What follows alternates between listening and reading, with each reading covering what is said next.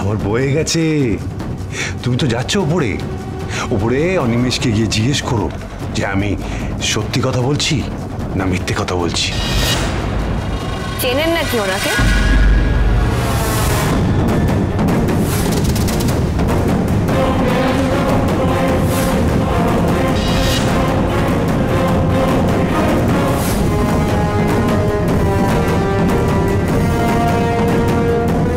কি হলো বলুন, চেনেন ওনাকে? হ্যাঁ, আমি কি করে চিনবো ওনাকে? না মানে আপনি তো অচেনা কারোর সঙ্গে কথা বলেন না।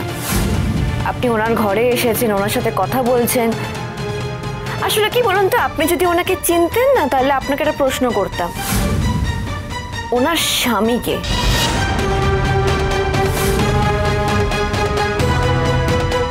আরে আমি ওনাকেই চিনি না, ওনার স্বামীকে কি করে চিনবো? আমি ঘরের সামনে দিয়ে যাচ্ছিলাম তো ওনাকে দেখলাম, মনে হলো যে উনি সেই মহিলা যাকে যাকে তোমরা ওই রাস্তা থেকে তুলে নিয়ে এসেছিলে।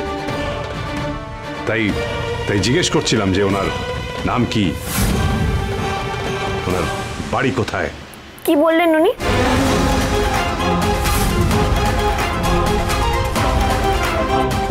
উনি তো কথাই বলতে পারেন না।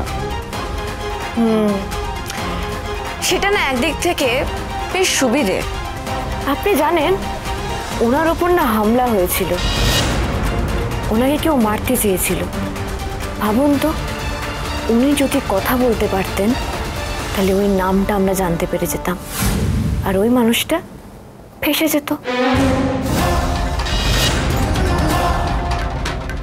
উনি কি এখানেই থাকবেন? এই কি কথা, অবশ্যই থাকবেন। ওই যে আপনাকে বললাম না, ওনাকে কেউ একটা মারতে চেয়েছিল, তাই আমি সবসময় ওনাকে চোখের সামনে রাখবো, কারণ ওই মানুষটা ওনাকে একা পেরে আবার মারার চেষ্টা করবে। আমি তো তার জন্য একটা ফাঁদ পেতে রেখেছি, কিচ্ছু করতে পারবে না।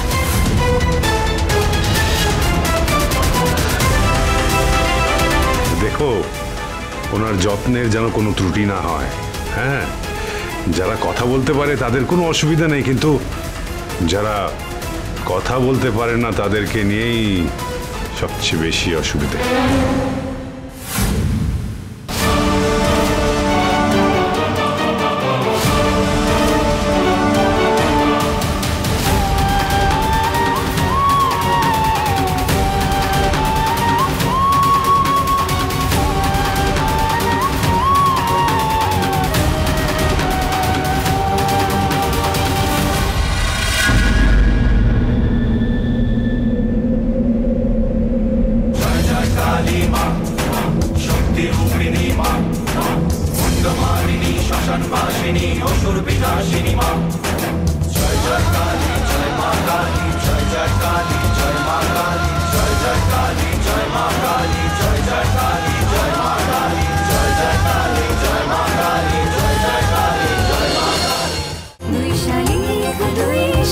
দুই শালিক সোম থেকে রবি প্রতিদিন বিকেল 5:30টায় স্টার জলসায় ও জিও হটস্টারে।